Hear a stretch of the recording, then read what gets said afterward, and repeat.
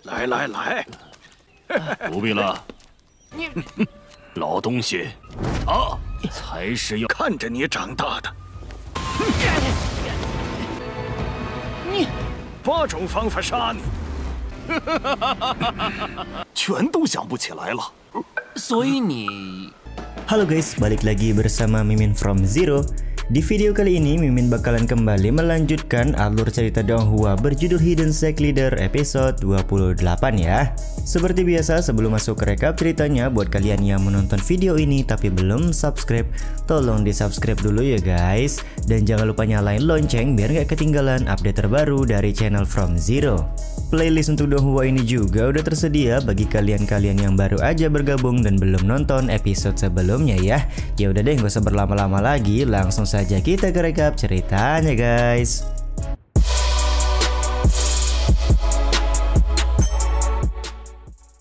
Episode kali ini masih dibuka dengan Bang Bechen dan murid-muridnya yang hendak pulang ke sekte Dao Immortal. Sementara itu di sebuah desa, tepatnya di desa keluarga Chen, ada dua orang warga yang kaget karena mereka kedatangan Chen Hao dan juga gurunya. Tentu saja warga desa sangat senang karena Chen Hao tidak melupakan keluarga Chen walaupun saat ini dia sudah menjadi murid sekte besar. Chen Hao sendiri berkata kalau dia tidak akan pernah melupakan jasa keluarga Chen. Jika bukan karena keluarga Chen, Chen Hao yang seorang yatim piatu tidak akan bisa berkembang seperti sekarang. Selain itu dia juga membawa sang guru dengan tujuan untuk membalas budi kepada semua penduduk desa. Karena Mimin lupa nama gurunya si Chen Hao ini, jadi Mimin kasih nama Yanto aja ya guys. Yanto meminta kedua orang warga desa untuk mengumpulkan semua warga karena tujuan Yanto datang ke desa kali ini adalah untuk memberikan berkah ke semua warga. Dia juga meminta Chen Hao untuk tidak ikut campur ketika warga desa nanti sudah berkumpul karena dia sendiri yang akan mengurusnya. Waduh, bau-bau ada maksud lain ya kedatangan si Yanto ini. Tak lama kemudian datang seorang kakek botak yang merupakan kepala desa. Kakek botak ini langsung mengajak Chen Hao dan juga Yanto untuk singgah di rumahnya guna beristirahat terlebih dahulu. Ketika sudah sampai di rumah, kakek botak berbicara kalau dia akan menyediakan anggur yang bagus dan akan menemani Chen Hao serta Yanto untuk minum sampai mabuk. Tapi di sini Yanto menolak karena dia sudah lama menghilangkan kenikmatan dunia seperti contohnya adalah meminum anggur. Kakek botak sendiri ternyata sudah mengetahui hal tersebut dan sambil menutup pintu kakek botak menyebutkan dia mengetahui tujuan utama Chen Hao dan Yanto datang ke desa ini. Yap, benar sekali, tujuan utama Chen Hao dan juga Yanto adalah melakukan upacara penyerapan darah kepada semua warga desa, terutama Chen Hao karena dia sudah melakukan kesalahan. Jadi untuk mengobati luka yang dideritanya harus mengadakan upacara penghisapan darah tersebut.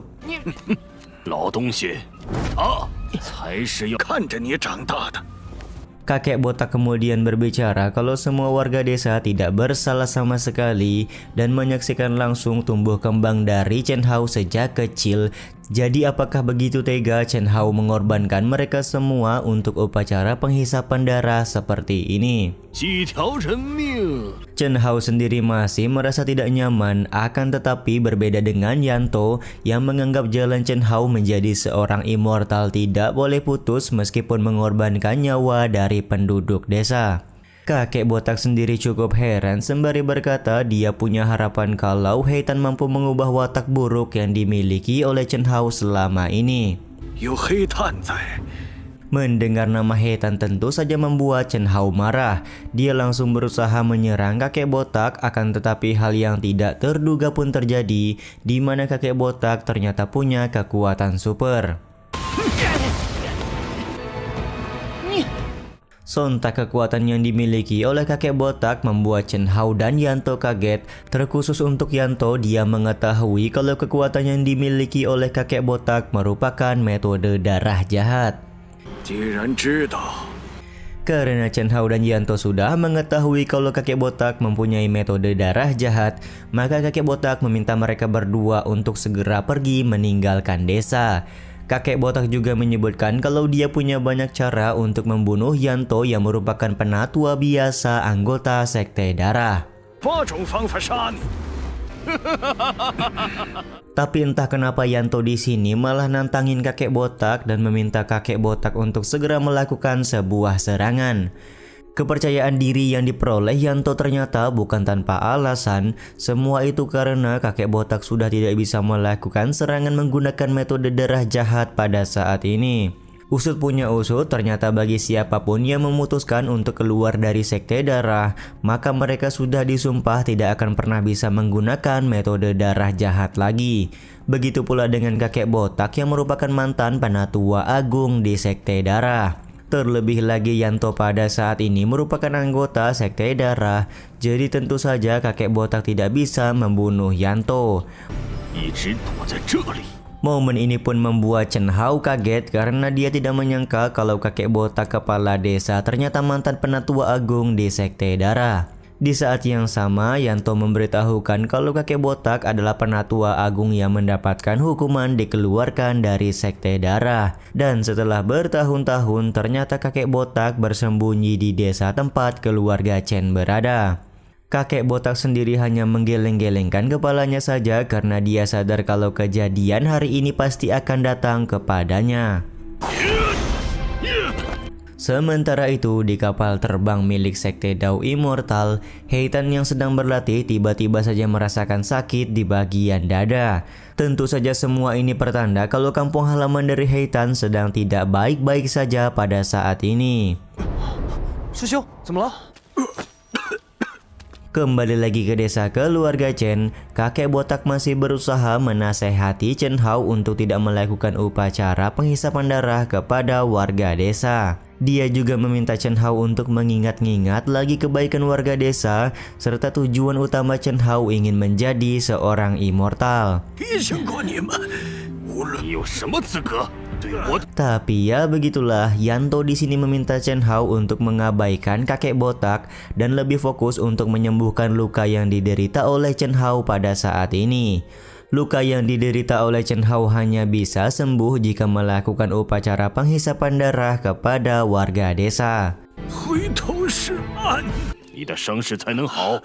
Belum menyerah sampai di situ saja, kakek botak kembali meminta Chen Hao untuk melepaskan semua warga desa karena dia akan memberikan semua kekuatan yang didapatkan ketika menjadi seorang penatua di sekte darah kepada Chen Hao.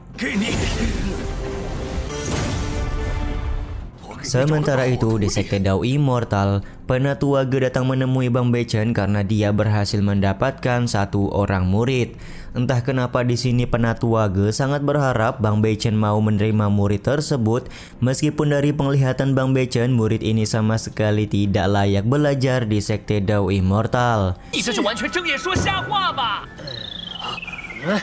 Sambil berbisik, Bang Beichen meminta penatua Ge untuk jujur apa yang sebenarnya sudah terjadi kepada anak ini. Penatua Ge pun kemudian bercerita kalau dia menemukan anak ini di sekitaran sekte Dao Immortal, dan setelah berbincang-bincang ternyata si anak mempunyai hubungan dengan ketua istana Qinglian yang saat ini dipimpin oleh mantan kekasih dari penatua Ge. Karena si anak sedang dalam keadaan terluka dan lupa ingatan, maka penatua Ge bersedia membawanya untuk masuk ke dalam sekte Dao Immortal. Bang Beichen pun pada akhirnya sadar kalau penatua Ge membawa si anak ke dalam sekte karena penatua Ge khawatir kalau si anak merupakan garis keturunannya sendiri. Meskipun si anak lupa tentang siapakah kedua orang tuanya, tapi penatua Ge memutuskan untuk menganggap anak itu sebagai anaknya sendiri.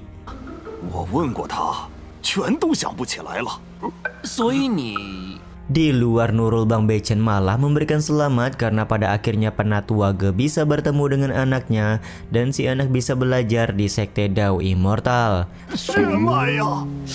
Akan tetapi Penatua Ge tampak jual mahal kepada Bang Bechen karena dia menganggap si anak belum terampil dan lebih baik menunggu waktu yang tepat agar dia masuk ke dalam sekte Dao Immortal nanti. 辜负他母亲良多。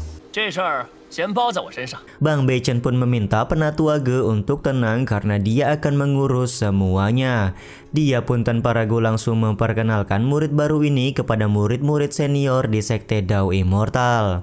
Terlihat Penatua Ge memberikan kode kepada Bang Bechen kalau dia tidak ingin nama si anak berawal dari kata Ge. Semua itu dilakukan agar si anak tidak dianggap keturunan dari Penatua Ge sendiri.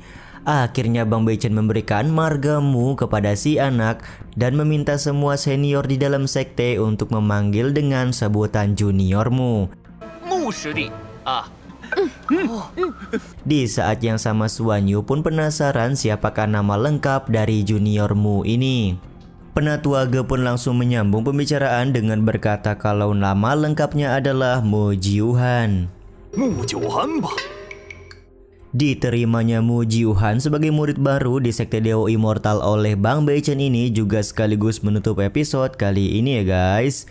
Ya udah deh, sampai di sini dulu aja video kali ini. Mohon maaf jika masih banyak kekurangan dan kesalahan dalam penyampaian kata-kata ya. Terima kasih untuk kalian yang udah pada nonton dan jangan lupa subscribe serta nyalain loncengnya ya guys. Mimin selaku penulis narasi, tukang voice over dan tukang edit video pamit undur diri. Salam hangat, see you in the next video. Bye bye guys, see you next week.